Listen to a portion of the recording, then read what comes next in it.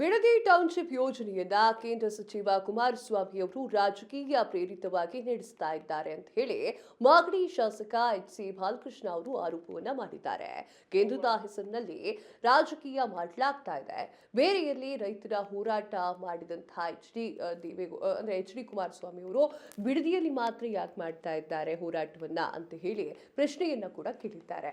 ಆಗ ಬಿಡದಿ ಟೌನ್ಶಿಪ್ ಅನ್ನ ಕುಮಾರಸ್ವಾಮಿ ಅವರೇ ಕನಸಿನ ಕೂಸು ಅಂತ ಹೇಳ್ತಾ ಇದ್ರು. ಈಗ ಅವರು ಮಾಡಿದ್ರೆ ರೈತರ ವಿರೋಧಿಗಳು ಅಂತ ಹೇಳ್ತಾ ಇದ್ದಾರೆ. ಸರ್ಕಾರ ರೈತರೊಂದಿಗೆ ಮಾತುಕತೆ ಸಿದ್ಧವಾಗಿದೆ. ಕುಮಾರಸ್ವಾಮಿ ಅವರಿಗೆ ಪ್ರಾಮಾಣಿಕತೆ ಇದ್ರೆ ಮಾಧ್ಯಮಗಳ ಮುಂದೆ ಬಂದು ಚರ್ಚೆಯನ್ನ ಮಾಡಲಿ ಅಂತ ಹೇಳಿ ಬಾಲಕೃಷ್ಣ ಅವರು ಸವಾಲನ್ನ ಹಾಕಿದ್ದಾರೆ. ನೀವು ಕೇಳಬಾರ್ದು ಇಂತಷ್ಟೇ, ಅವ್ರ ಹತ್ರ ಇಂಥವೆಲ್ಲ ಮೈಕ್ ಇಟ್ಕೊಂಡು ಹೋಗ್ಬೇಡಿ. ಇವೆಲ್ಲ ಚಿಲ್ಲರೆ ಸ್ಟೇಟ್ಮೆಂಟ್ ಕೊಡಕ್ಕೆ ಆಧಾರನ ಕೊಡಕ್ಕೆ ಅವ್ರ ಹತ್ರ ಇದ್ರೆ ಆಧಾರನ ಚಿಲ್ಲರೆ ಸ್ಟೇಟ್ಮೆಂಟ್ ಇದು. MLA ಸೈಟ್ ಕೊಡ್ತಾರೆ ಇಲ್ಲಿ ಹೋರಾಟ ಮಾಡೋರು MLA ನಾಚಿಕೆ ಆಯ್ತದೆ.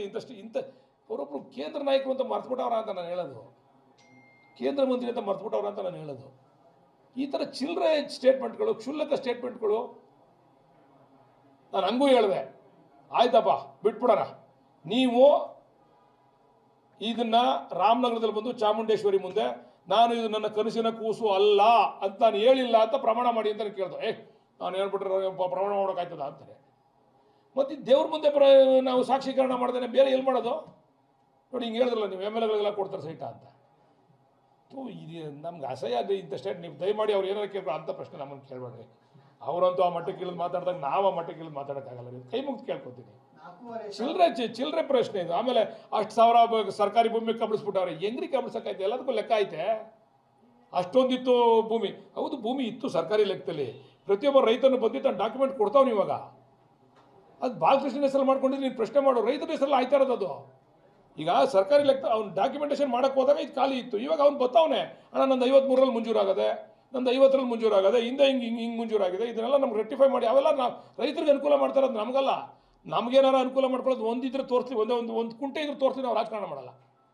ಆಮೇಲೆ ದಯಮಾಡಿ ನಾನು ನಿಮ್ಮ ಮುಖಾಂತರ ಕುಮಾರಸ್ವಾಮಿ ಅವ್ರ ಕೈ ಜೋಡಿಸಿ ಕೇಳ್ಕೊತೀನಿ, ಇಂಥ ಕ್ಷುಲ್ಲಕ ಹೇಳಿಕೆಗಳನ್ನು ಕೇಂದ್ರ ಮಂತ್ರಿಯಾಗಿ ಕೊಡೋದನ್ನು ನಿಲ್ಲಿಸಬೇಕು ಅಂತ ಮನವಿ ಮಾಡ್ತೀನಿ. 4,500 ರೈತರು ಭೂಮಿ ಕೊಡಲ್ಲ ಅಂತೇಳಿ ಜಿಲ್ಲಾಧಿಕಾರಿಗಳ ಕಚೇರಿಗೆ ಪತ್ರ ಕೊಟ್ಟಿದ್ದಾರೆ, ಮನವಿ ಕೊಟ್ಟಿದ್ದಾರೆ. ಒಬ್ಬ ಅಧಿಕಾರಿ ರೆಸ್ಪಾನ್ಸ್ ಮಾಡ್ತಾ ಇಲ್ಲ ಸರ್. ಈಗ ಅದ್ರ ಬಗ್ಗೆ ನಾವು ನೋಟಿಫಿಕೇಶನ್ ಮಾಡಿದ್ಮೇಲೆ ನಿಮಗೆ ಗೊತ್ತಾಯ್ತದೆ ಎಷ್ಟು ಕೊಟ್ಟವ್ರೆ ಎಷ್ಟು ಕೊಟ್ಟಿಲ್ಲ ಅಂತ.